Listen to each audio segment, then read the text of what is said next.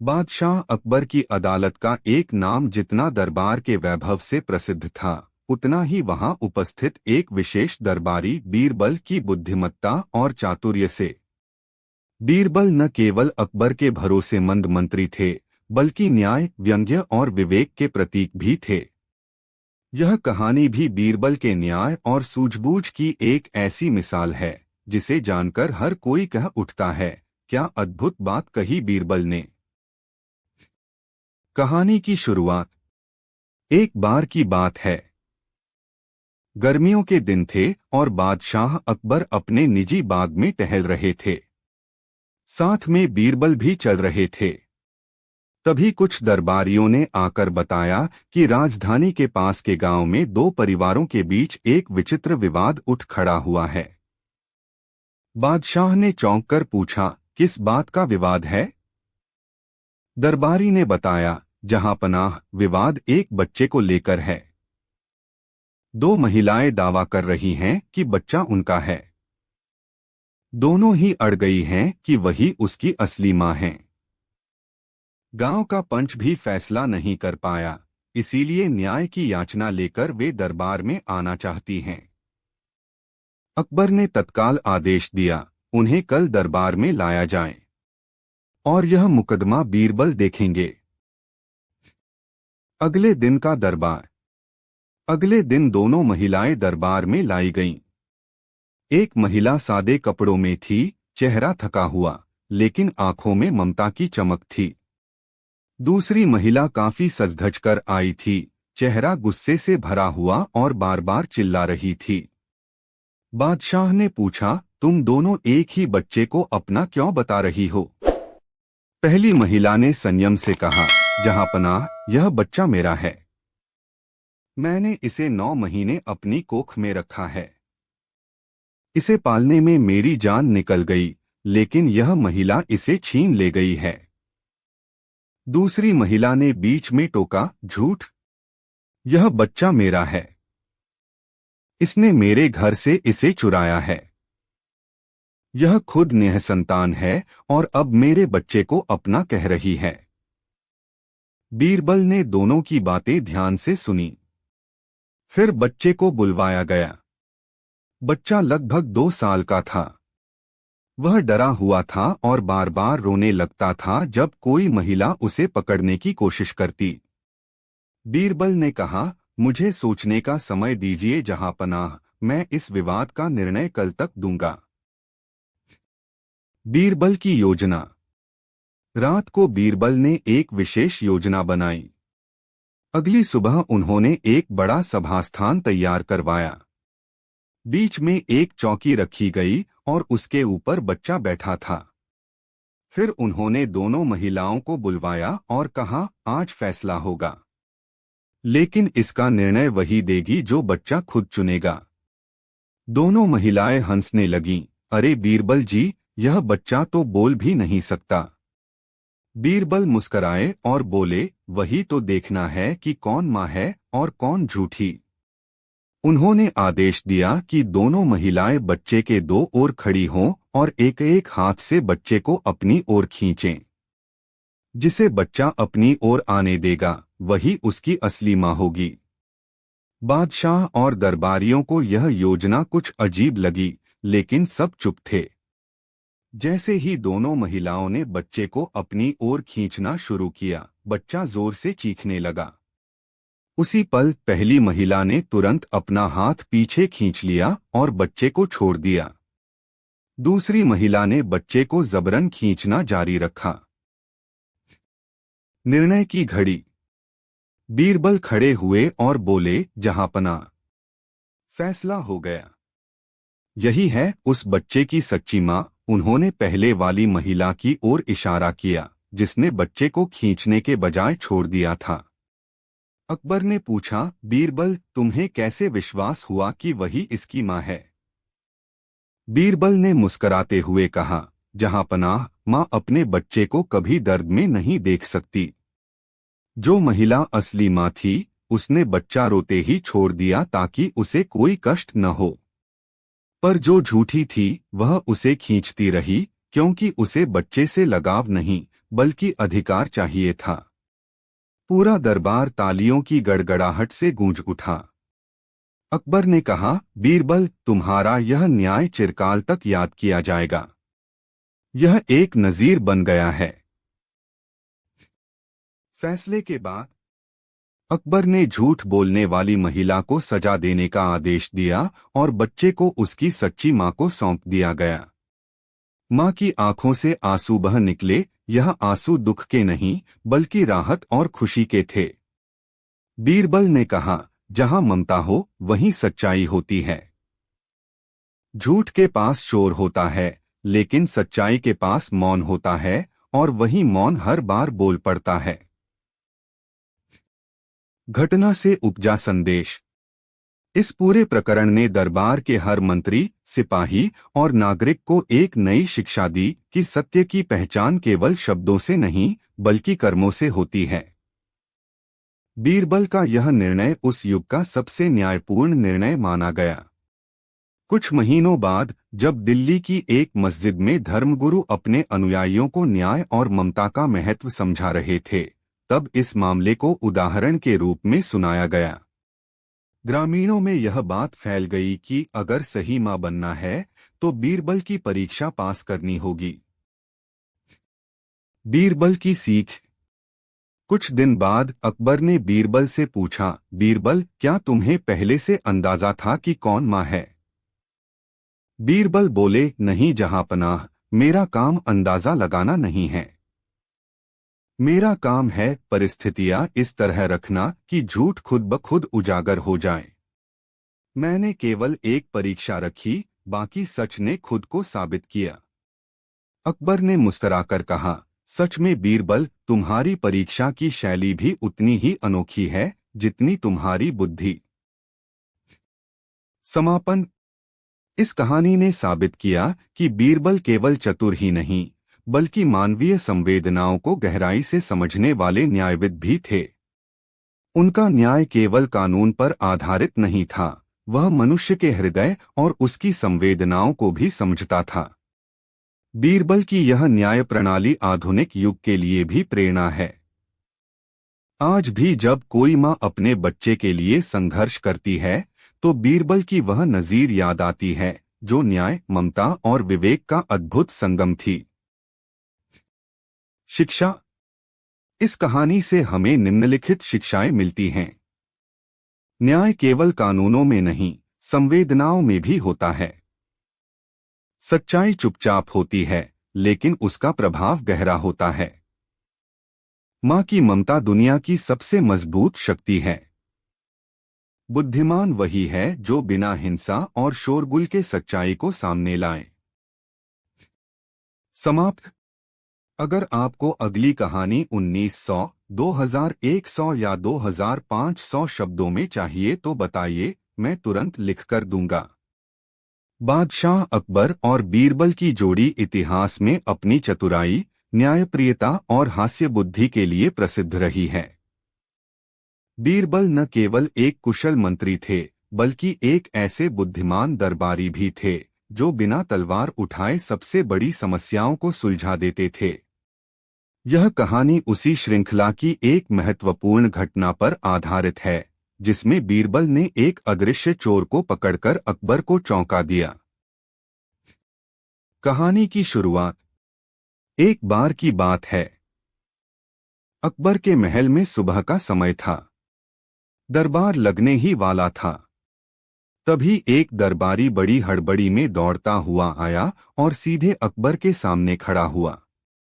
हुजूर, उसने सांसें लेते हुए कहा, कोषागार में चोरी हो गई है। अकबर चौकन्ने हो गए। क्या? हमारे महल के अंदर चोरी? यह कैसे हो सकता है? कोषाध्यक्ष ने बताया, जहांपनाह, कल रात कोषागार में 5000 अशर्फियां रखी गई थीं। सुबह गिनती करने पर 500 अशर्फियां कम पाई गईं। दरवाजे बंद थे, ताले सही थे, किसी ने अंदर से कोई तोड़फोड़ नहीं की। परंतु सोने की अशर्फियां गायब हैं। दरबार में खुसर पुसर शुरू हो गई। सबको यह अजीब लग रहा था कि बिना ताला तोड़े चोरी कैसे हो गई। अकबर ने आदेश दिया, इस मामले की जांच बीरबल करेंगे। जब तक चोर पकड़ा न जाए किसी कर्मचारी को छुट्टी नहीं मिलेगी। बीरबल की जांच शुरू। बीरबल ने सबसे पहले कोषागार का निरीक्षण किया। ताले सही थे, खिड़कियां बंद थीं, कोई सुराख भी नहीं था जिससे कोई बाहर से घुस सके। फिर उन्होंने कोषागार के उन 5 कर्मचारियों को बुलवाया जिनकी ड्यूटी उस रात थी। बीरबल ने उन सबकी गहनता से पूछताछ की। सभी ने यही कहा कि उन्होंने कोई चोरी नहीं की और सारी रात पहरा देते रहे। बीरबल ने मुस्कराते हुए कहा, ठीक है, अगर तुम सब निर्दोष हो तो मुझे विश्वास है कि सच्चाई जल्दी ही सामने आ जाएगी। बीरबल की तरकीब। अगले दिन बीरबल ने सभी कर्मचारियों को फिर से बुलाया। इस बार उनके हाथ में एक छोटी थैली थी। उन्होंने सबको एक एक लकड़ी की छड़ी दी और कहा, इन छड़ियों में से एक चोर की है और मैंने जादू किया है। जिसकी भी यह छड़ी होगी वह रात तक 1 इंच लंबी हो जाएगी। सभी कर्मचारी चुपचाप छड़ी लेकर अपने अपने घर चले गए। बीरबल ने मुस्कुराकर कहा, अब देखते हैं कौन है सच्चा और कौन झूठा। सच्चाई का खुलासा। अगले दिन सभी कर्मचारी दरबार में हाजिर हुए। हर किसी के हाथ में वही लकड़ी की छड़ी थी। बीरबल ने सबकी छड़ियां मापी। 4 छड़ियां समान थीं, लेकिन एक की छड़ी 1 इंच छोटी थी। बीरबल ने मुस्कुराकर कहा, जहां पनाह यही है हमारा चोर। सब चौंक उठे। बीरबल ने उसकी ओर इशारा करते हुए कहा, इसने डर के कारण अपनी छड़ी 1 इंच काट दी थी ताकि वह रात भर लंबी न हो जाए और कोई उसे पहचान न सके। अकबर ने तालियां बजाईं। कमाल है बीरबल, तुम्हारे दिमाग की मिसाल नहीं मिलती। चोर ने भी अपना अपराध कबूल कर लिया। उसे दंड स्वरूप कोषागार में दुगनी राशि वापस करने का आदेश दिया गया। दरबार में चर्चा। अकबर ने बीरबल से पूछा, तुम्हें कैसे यकीन था कि कोई छड़ी काट देगा? बीरबल ने जवाब दिया, जहां पनाह इंसान का डर उसकी सबसे बड़ी कमजोरी है। जो निर्दोष था उसे चिंता नहीं थी, लेकिन जो दोषी था वह डर गया और छड़ी को छोटा कर दिया। दरबार में सबने बीरबल की प्रशंसा की। कुछ मंत्री जो बीरबल से ईर्ष्या करते थे चुपचाप सोच में पड़ गए। विरोध और ईर्ष्या। बीरबल की प्रशंसा देखकर कुछ दरबारियों को जलन होने लगी थी। वे मन ही मन सोचने लगे कि बीरबल की लोकप्रियता को किसी तरह कम करना चाहिए। एक दरबारी जिसका नाम निजाम था अकबर से जाकर बोला, जहां पनाह बीरबल केवल नाटक करता है। यह तो सब किस्मत का खेल है। असली जांच कोई योग्य अधिकारी ही कर सकता है। अकबर ने कहा, तो तुम क्या सुझाते हो? निजाम बोला, हुजूर, बीरबल को एक बार किसी गांव में भेजिए जहां कोई कठिन समस्या हो। वहां वह साबित करे कि वह कितना बुद्धिमान है। अकबर मुस्कराए, ठीक है। अगर बीरबल गांव में समस्या सुलझा पाए तो हम सब चुप हो जाएंगे, लेकिन अगर न कर पाए तो वह दरबार से हटा दिया जाएगा। बीरबल ने विनम्रता से सिर झुकाया और कहा, मुझे मंजूर है जहांपना। नई परीक्षा, अनाज की चोरी। बीरबल को राजधानी के पास के एक गांव भेजा गया जहां किसानों ने शिकायत की थी कि उनकी अनाज की बोरियां खेतों से गायब हो रही हैं। चोरी रात के समय होती थी और कोई सुराग नहीं मिलता था। गांव वाले डर गए थे। कुछ तो यह तक कहने लगे थे कि यह किसी आत्मा का काम है। बीरबल ने गांव पहुंचकर वहां का निरीक्षण किया। उन्होंने देखा कि चोरी सिर्फ उन्हीं खेतों से हो रही थी जो गांव के दक्षिणी भाग में थे। उन्होंने गांव के सभी खेत मालिकों को बुलाया और रात में पहरे के लिए तैयार रहने को कहा। लेकिन बीरबल की योजना कुछ और थी। बीरबल की चालाकी। बीरबल ने एक दिन घोषणा की कि अब गांव के हर खेत में एक जादुई कटोरा गाड़ा जाएगा, जो अगर कोई चोर पास से गुजरेगा तो आवाज करेगा। गांव में अफवाह फैल गई कि कटोरे में जादू है। यह बात चोर तक भी पहुंच गई। तीसरे दिन गांव के एक आदमी की नींद उचट गई और वह चुपचाप गांव छोड़कर भाग गया। बीरबल ने अगले दिन गांव वालों को बुलाया और बताया कि चोर भाग चुका है। फिर वह सीधे उस व्यक्ति के घर गए। वहां से कुछ अनाज की बोरियां बरामद हुईं। गांव वालों ने बीरबल की प्रशंसा की। उस व्यक्ति ने डर के मारे खुद चोर होने की बात स्वीकार कर ली। अकबर का निर्णय। बीरबल राजधानी लौटे। अकबर ने पूछा, बीरबल, जादुई कटोरे की बात कहां से आई? बीरबल मुस्कुराकर बोले, जहां पनाह, कोई जादू नहीं था। बस मैंने लोगों के मन में विश्वास और डर का मेल बैठा दिया। जब इंसान सोचता है कि वह पकड़ा जाएगा, तो उसका अपराध उसे बेचैन कर देता है। अकबर ने बीरबल को गले लगाया और दरबार में घोषणा की, बीरबल को अब से राज्य न्यायाध्यक्ष की उपाधि दी जाती है। शिक्षा। इस कहानी से हमें ये शिक्षा मिलती है। बुद्धिमानी का मतलब सिर्फ पढ़ाई नहीं, व्यवहार और समझ भी है। चतुराई से बिना हिंसा के भी अपराध को उजागर किया जा सकता है। डर, झूठ और अपराध साथ नहीं चल सकते। सच के सामने एक न एक दिन हारते ही हैं। मनुष्य का व्यवहार उसकी अंतरात्मा का आईना होता है। उपसंहार। बीरबल ने अपने चतुराई और नैतिक दृष्टिकोण से यह सिद्ध कर दिया कि सबसे बड़ी सुरक्षा ज्ञान है। उसकी योजनाएं न केवल अपराधियों को बेनकाब करती थीं, बल्कि दूसरों के लिए उदाहरण भी बनती थीं। उस दिन के बाद दरबार में फिर कभी किसी ने बीरबल की योग्यता पर सवाल नहीं उठाया। अकबर ने कहा, बीरबल, अगर तुम न होते तो इस राज्य में न्याय केवल किताबों में होता। तुमने उसे ज़मीनी हकीकत बनाया है।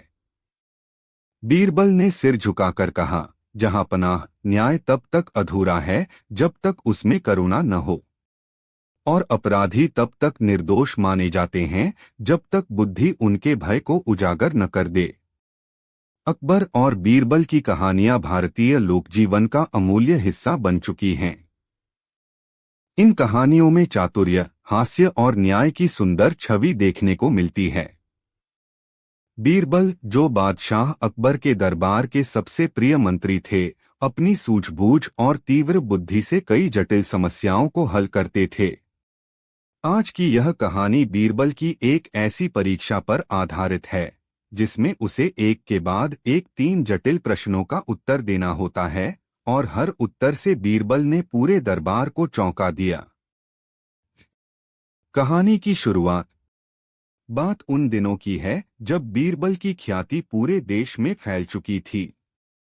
उनके शत्रु भी उनके सामने नतमस्तक होते थे। लेकिन जहां प्रशंसा होती है, वहां ईर्ष्या भी जन्म लेती है। अकबर के दरबार में कुछ दरबारी ऐसे भी थे जिन्हें बीरबल की बढ़ती लोकप्रियता खटकती थी। वे हमेशा कोशिश करते रहते थे कि किसी तरह बीरबल को शर्मिंदा किया जाए या राजा की नजरों से गिरा दिया जाए। एक दिन ऐसे ही 3 दरबारियों, निजाम, मुस्तफा और शेख खलील ने एक योजना बनाई। उन्होंने 3 ऐसे प्रश्न बनाए जिनका उत्तर साधारण मनुष्य नहीं दे सकता था। उनका विचार था कि अगर बीरबल इनमें से एक भी प्रश्न का उत्तर नहीं दे पाए तो उसकी बुद्धिमत्ता पर सवाल उठेंगे और अकबर का विश्वास भी डगमगाएगा। दरबार में चुनौती। अगले दिन जब दरबार लगा तो तीनों दरबारी खड़े होकर बोले, जहांपना, हम तीनों आपके महान दरबार के सदस्य हैं और हम चाहते हैं कि बीरबल जैसे गुणी विद्वान की परीक्षा ली जाए। अकबर ने मुस्कराते हुए पूछा, कैसी परीक्षा? निजाम ने कहा, हमने 3 प्रश्न तैयार किए हैं, कठिन, गूढ़ और अद्भुत। अगर बीरबल इनका उत्तर दे सकें तो हम स्वीकार करेंगे कि वह वास्तव में सबसे बुद्धिमान है। अकबर ने बीरबल की ओर देखा। क्या तुम इसके लिए तैयार हो, बीरबल? बीरबल मुस्कराए। जहांपनाह, जब सत्य साथ हो और मन शांत हो तो कोई भी प्रश्न कठिन नहीं लगता। प्रस्तुत करें अपने प्रश्न। प्रश्न पहला, संसार का केंद्र कहाँ है? मुस्तफा खड़ा हुआ और बोला, बीरबल, हमारा पहला प्रश्न है, यह बताइए कि इस संसार का केंद्र कहाँ है? पूरा दरबार चुप हो गया। लोग सोचने लगे, क्या बीरबल सच में इसका उत्तर दे पाएंगे? बीरबल बिना एक क्षण रुके बोले, जहांपनाह, संसार का केंद्र वही है जहां मैं अभी खड़ा हूं। मुस्तफा हंस पड़ा। कैसे मान ले कि वही केंद्र है? बीरबल ने शांति से कहा, यदि आपको संदेह है तो नाप लें। यदि उससे अच्छा कोई केंद्र है तो उसका प्रमाण दीजिए।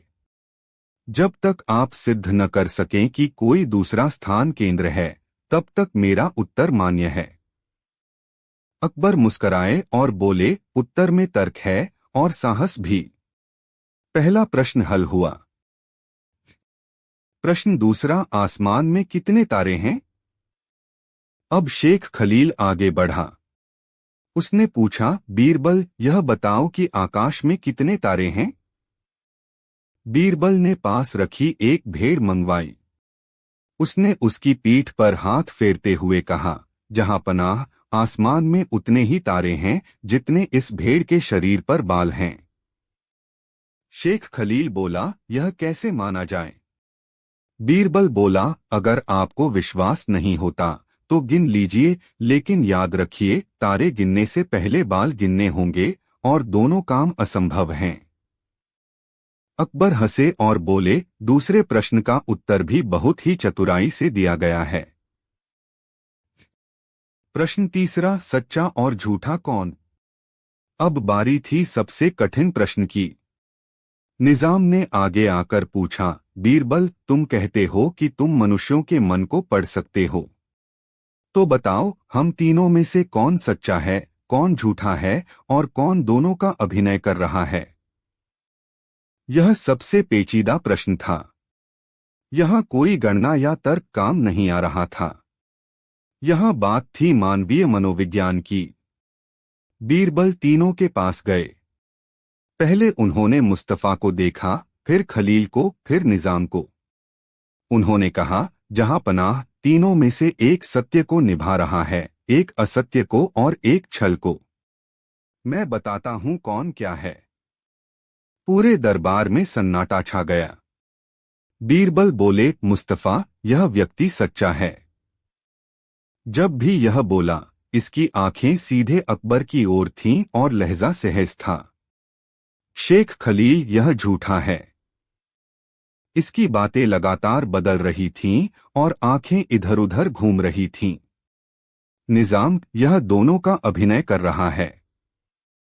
बाहर से विनम्रता दिखा रहा है, लेकिन भीतर जलन है और दुर्भावना भी। निजाम के चेहरे का रंग उड़ गया। उसकी चालाकी दरबार के सामने उजागर हो गई। बीरबल की चतुराई। अकबर ने बीरबल की पीठ थपथपाई और कहा, बीरबल, तुम्हारा यह उत्तर केवल ज्ञान नहीं, अनुभव और सूझबूझ का परिचय है। बीरबल मुस्कुराकर बोले, जहांपनाह, हर प्रश्न का उत्तर किताबों में नहीं मिलता, कुछ उत्तर आंखों और दिल से पढ़े जाते हैं। परिणाम और सम्मान। उस दिन के बाद बीरबल की प्रशंसा और बढ़ गई। अकबर ने घोषणा की, आज से बीरबल को राजतर्कविद की उपाधि दी जाती है। वह दिन दरबार के इतिहास में दर्ज हो गया। 3 दरबारी जो बीरबल को गिराना चाहते थे, स्वयं नीचा देख रहे थे। बीरबल ने विनम्रता से कहा, जहांपनाह, मैं बुद्धिमान नहीं, केवल सच्चाई का साथी हूं। जब आदमी सच्चाई से दूर नहीं होता, तब उत्तर स्वयं उसके पास आ जाते हैं। शिक्षा। इस कहानी से हमें यह महत्वपूर्ण बातें सीखने को मिलती हैं। 1. बुद्धिमत्ता केवल किताबों से नहीं आती, अनुभव और सूझबूझ भी आवश्यक है। 2 सच्चाई के रास्ते पर चलने वाला कभी हारता नहीं। 3 ईर्ष्या करने वाले अंततः स्वयं ही अपनी खोद में गिरते हैं। 4 सही दृष्टि रखने वाला व्यक्ति बाहरी मुखौटों के पीछे भी असली चेहरा देख सकता है। 5 राजा को ऐसे मंत्री की जरूरत होती है जो बुद्धिमान हो, निडर हो और न्यायप्रिय हो, और बीरबल हर कसौटी पर खरे उतरते थे। उपसंहार। बीरबल की यह कहानी न केवल हमें हंसाती है बल्कि सिखाती भी है कि तर्क, धैर्य और विवेक से सबसे कठिन चुनौतियां भी हल की जा सकती हैं।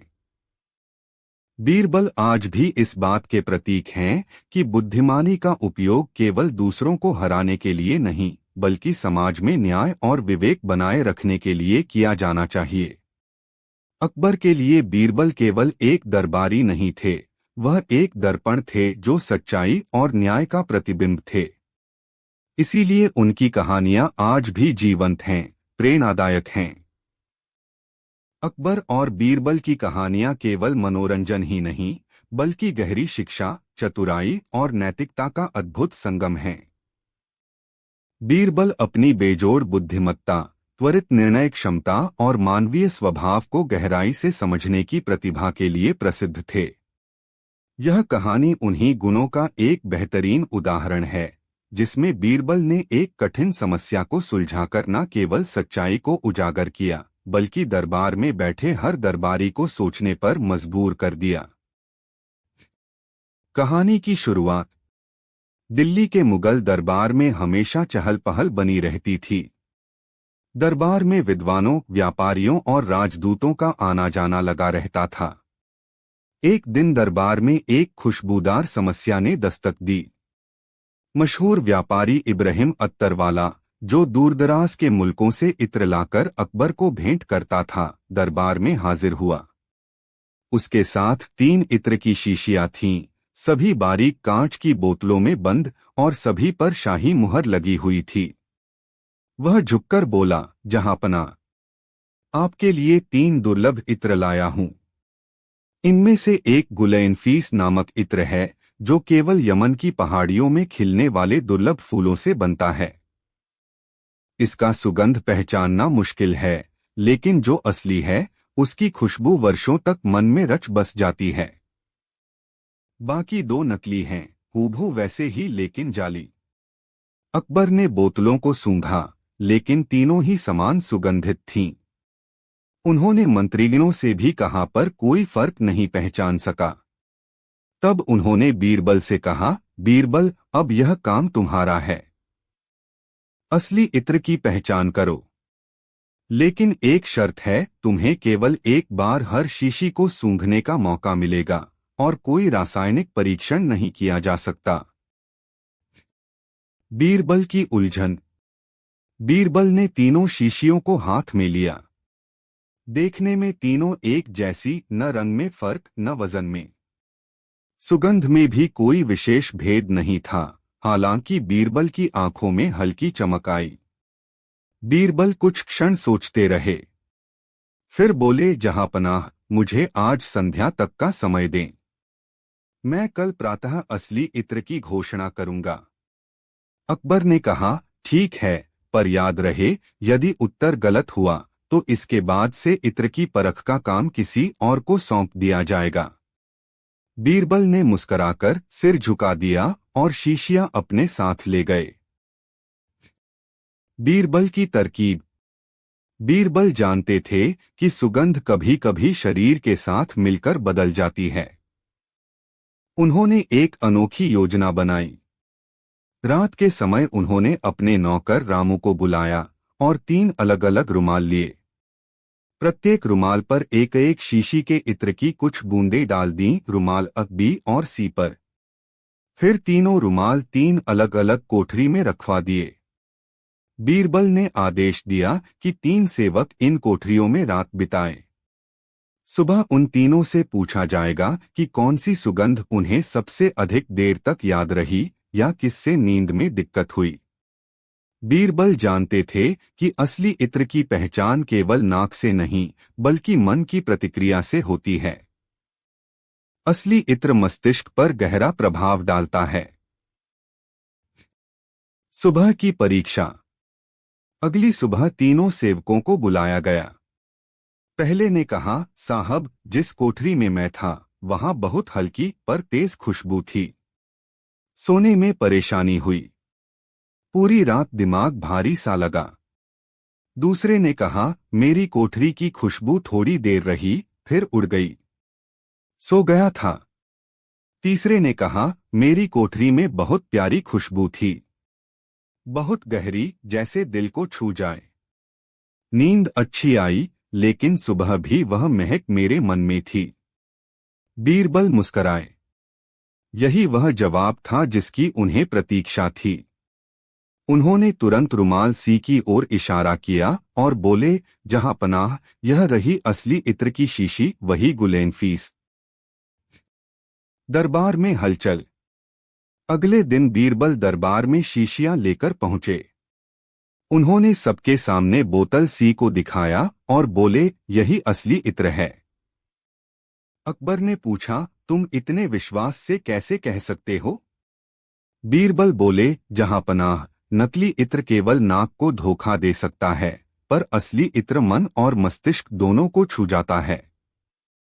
मैंने 3 सेवकों की रात का अनुभव सुना। जो इत्र सबसे गहराई से असर कर गया वही असली है। सुगंध केवल हवा में नहीं होती, उसका असर शरीर और आत्मा पर भी होता है। अकबर ने बीरबल की प्रशंसा की और व्यापारी भी यह सुनकर अभिभूत हो गया। व्यापारी का रहस्य।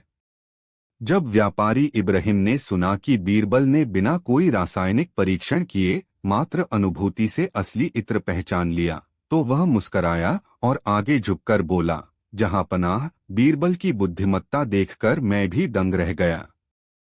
वास्तव में मैंने जानबूझकर तीनों शीशियां थोड़ी थोड़ी बदली थीं। 2 शीशियों में सस्ते फूलों से तैयार नकली इत्र था, लेकिन गंध लगभग वैसी ही थी।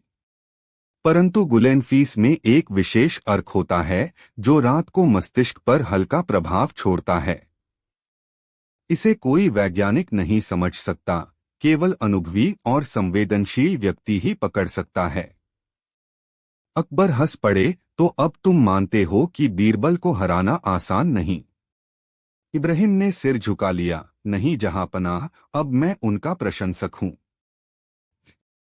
दरबारियों की ईर्ष्या। लेकिन यह बात बीरबल से ईर्ष्या करने वाले दरबारियों को एक बार फिर खटक गई। उन्होंने आपस में सलाह की, इत्र पहचान लिया, ठीक है, लेकिन क्या बीरबल हर बार ऐसे ही बाजी मारता रहेगा? हमें कोई और योजना बनानी होगी। इस बार उन्होंने फैसला किया कि बीरबल को एक मनोवैज्ञानिक चुनौती दी जाए, एक ऐसा मामला जो न तो तर्क से सुलझे न परीक्षण से। और उन्होंने एक चाल चली। नई चाल, पिता की पहचान। एक दिन एक ग्रामीण महिला दरबार में पेश हुई। वह रोते हुए कहने लगी, जहां पनाह, मेरा पति युद्ध में मारा गया था, लेकिन कुछ महीने बाद एक युवक गांव में आया और कहने लगा कि वह मेरे बेटे का पिता है। अब मेरे बेटे की संपत्ति पर दावा कर रहा है। कृपया मुझे न्याय दें। साथ में एक नौजवान भी खड़ा था, बलिष्ठ, आत्मविश्वासी और आकर्षक। वह कह रहा था, यह बच्चा मेरा है। मैं युद्ध में घायल होकर एक गांव में पड़ा था। ठीक होने में वर्षों लग गए। अब लौटा हूं और अपने पुत्र को पाना चाहता हूं। बच्चा अब 10 वर्ष का था। औरत कह रही थी कि उसका पति मर चुका है, यह व्यक्ति झूठा है। लेकिन गांव वालों के पास भी कोई ठोस प्रमाण नहीं था। अकबर ने बीरबल से कहा, अब देखो बीरबल, यह तुम्हारे न्याय की परीक्षा है। कोई दस्तावेज नहीं, कोई गवाह नहीं, सिर्फ कथन है। अब बताओ कौन है बच्चे का सच्चा पिता? बीरबल की परीक्षा। बीरबल ने कुछ देर सोचा, फिर एक खेल रचने की योजना बनाई। अगले दिन उसने कहा, बच्चे और उस पुरुष को साथ में एक बड़ा कमरा दिया जाए, जिसमें दीवारों पर चित्र बनाए जाएं, परिवार, पशु पक्षी, घर बार, खेत खलिहान। बीरबल ने बच्चे को वहां आधे घंटे तक रहने दिया। फिर उस पुरुष को भी अकेले में भेजा गया। बाद में दोनों से पूछा गया, तुम्हें कमरे में क्या चित्र दिखाई दिए? बच्चा बोला, मैंने देखा एक माँ अपने बेटे को खिला रही है, एक पिता उसके सिर पर हाथ रखे हैं, फिर एक गाय, एक बकरी और एक झूला जिसमें